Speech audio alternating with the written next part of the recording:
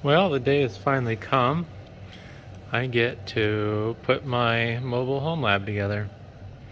I have most of the parts rounded up. The only thing I'm missing is the desktop. The only thing I'm missing is a KVM. Granted, I don't believe I really need to be able to access the video output on the server, since I can just manage that over the network. But I would like to get a 2-port KVM set up for this eventually. I'm kind of curious on how it's all going to fit in there, because I only have 24 U's to work with, but I think I'm going to have more than enough space. I believe with the stuff I already have planned, it's going to use up around, what did I come up with? I think about 17 U on the front, which will leave me with like 5 U of space. That 17-inch monitor is going to eat a ton of space in the rack, because I'm going to mount it on this little bracket here. So it'll go in somewhere like this. Also, it's kind of weird that, oh, there we go, never mind, I just didn't have it lined up right. But yeah, so the plan is I'm going to record a time lapse with that phone, and I thought about stopping the recording and then recording on this phone and then kind of cutting in and out, but we'll kind of see how it goes. So yeah, hopefully this will be fun. I'm looking forward to it, I think.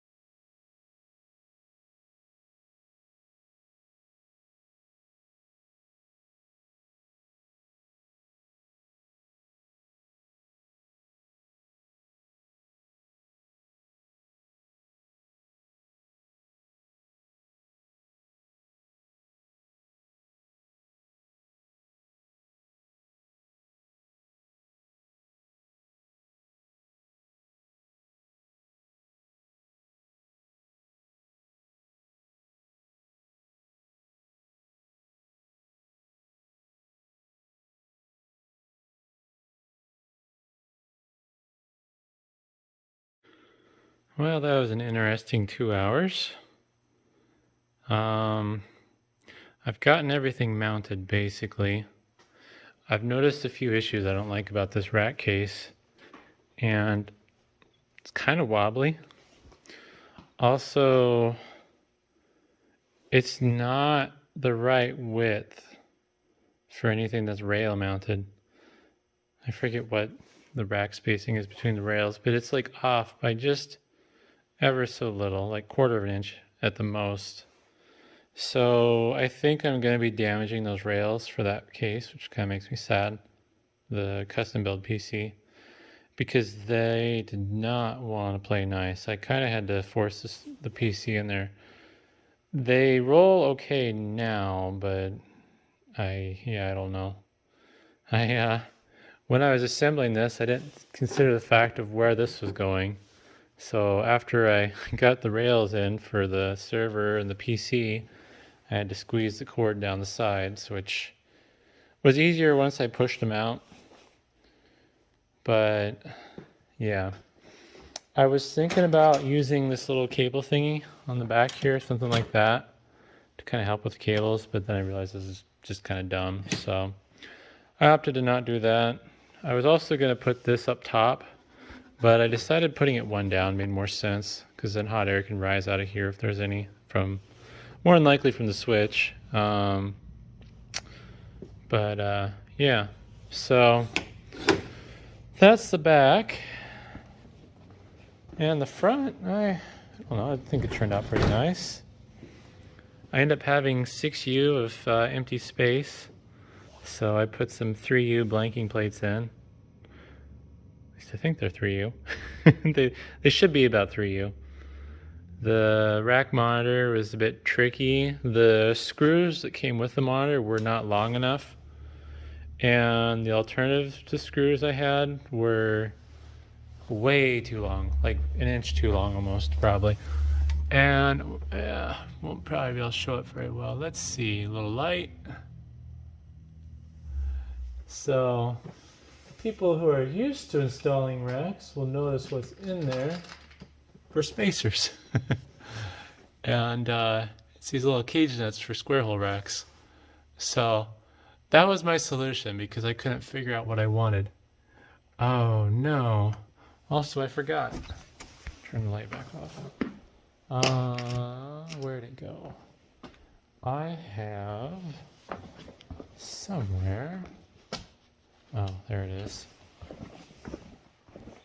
I'm actually going to have to pull that 3U blanking plate and put a 2U one in because I was going to mount this speaker bar here, which is going to take up a U worth of space, just so I built in sound. So that's kind of a whoopsie there. The little pull-out table is catching, so when I pull it out, I have to use my thumb to push against this blanking plate. Otherwise, if I just pull, what ends up happening is I lift it up, and then it catches on this corner. So eventually that'll just take all the whatever this stuff's called, Formica or whatever, off of there. I was going to leave the space blank, but then I realized that I'm thinking of this like I'm actually going to practically use it, but I'm not. But I realized that if you left that space blank, a person would be inclined to push this in with stuff on it, which would be annoying. So if you can't push stuff in with the pull-out table, then stuff won't get left in there. So yeah, another blank, server, this rack shelf. I thought maybe it'd be nice to set a laptop or something. Either that or maybe put a small form factor PC, or I don't know. I just thought it'd be nice to have an open shelf. Obviously the gaming PC, video editing PC, whatever you want to call it. And I have to kind of brace myself against the rack to pull it out, but it comes all the way out. So that's kind of nice. The more I push it in and out, the better it seems to feel, which is good.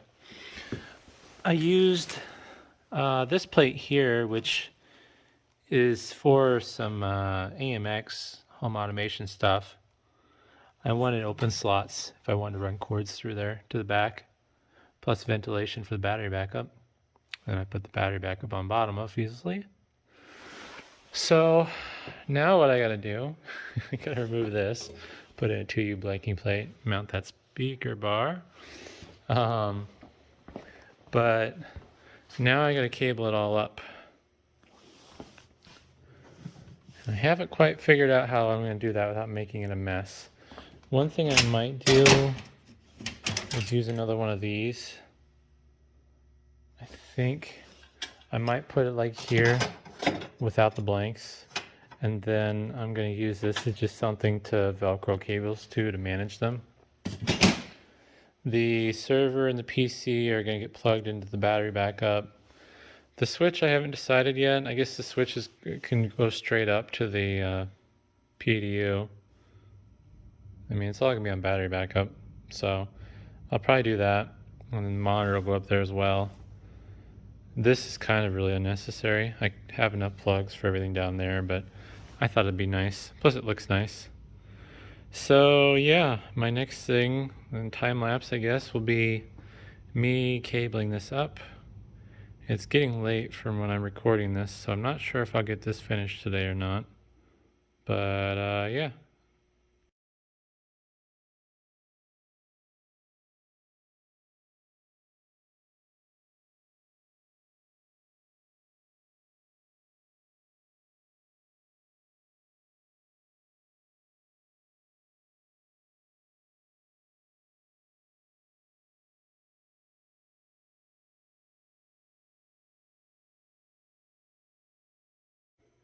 Well, I think I have everything assembled the way I want.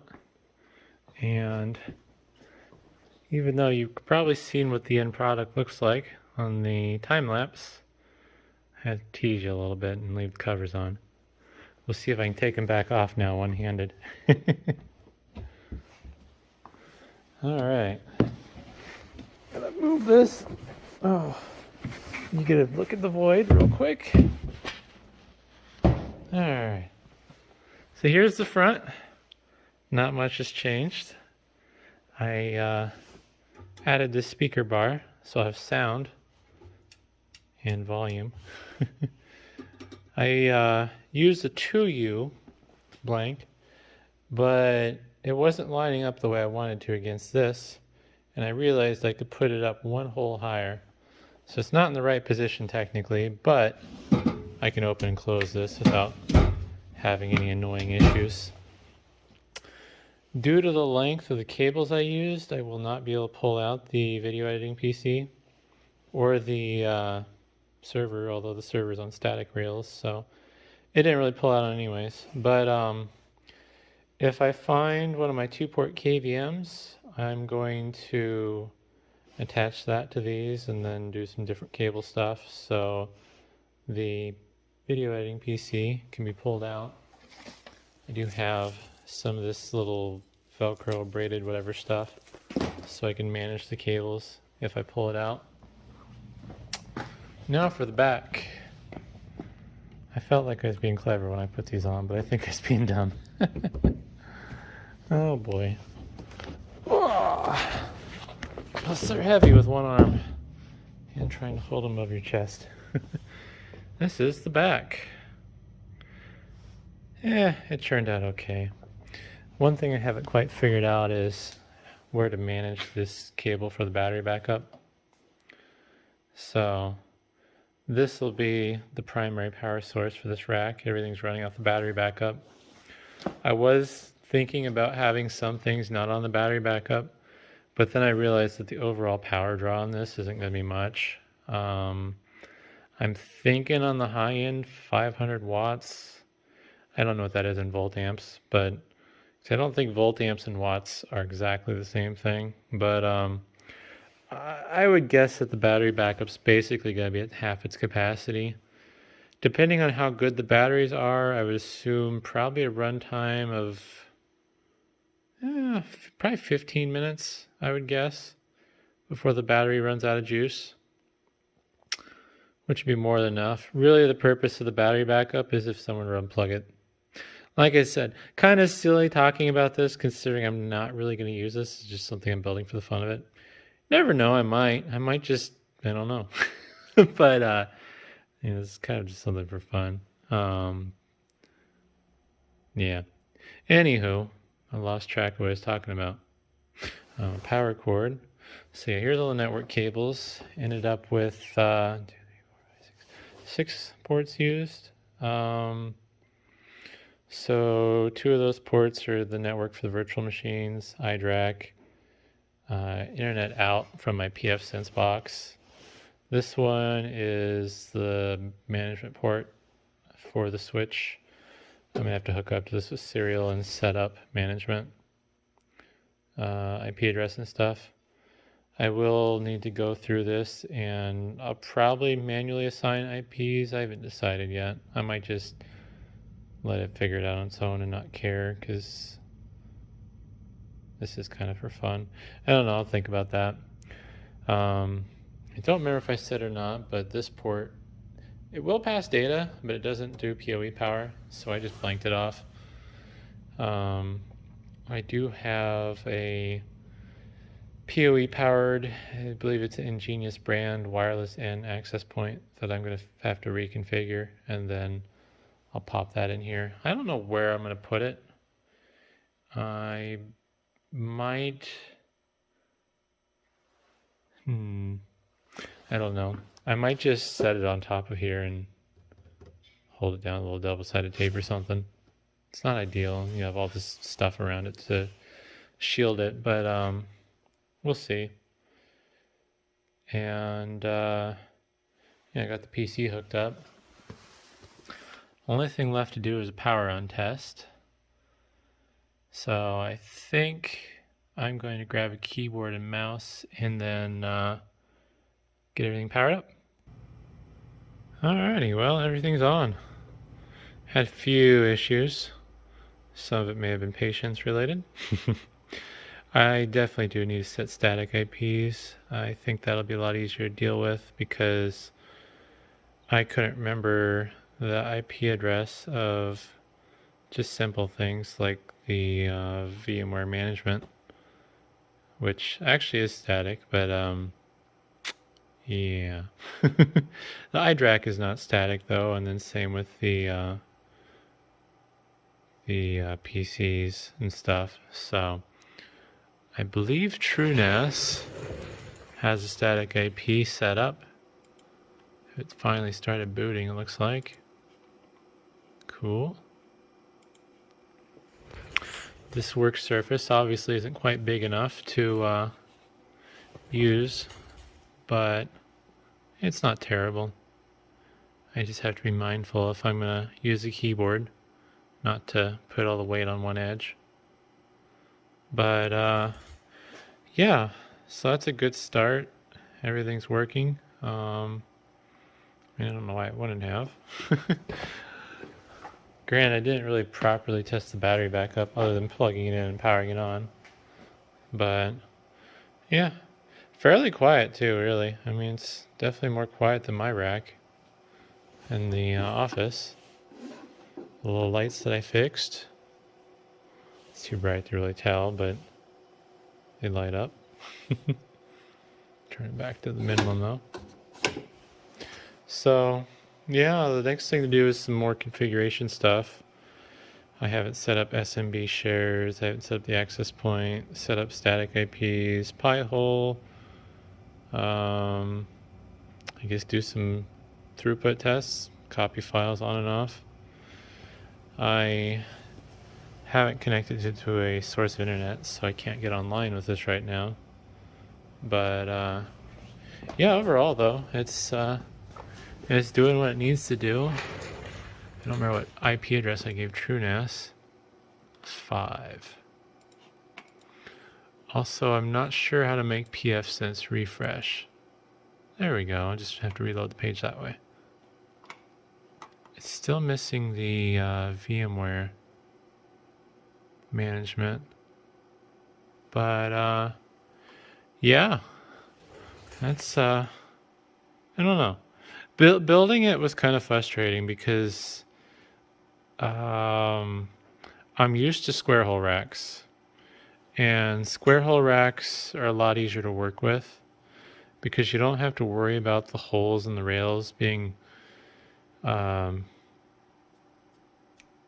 what's the word? You don't have to worry about the threads being all boogered up, which I think was the case with some of these. I forget what it was. There was something I screwed. Oh, that's right.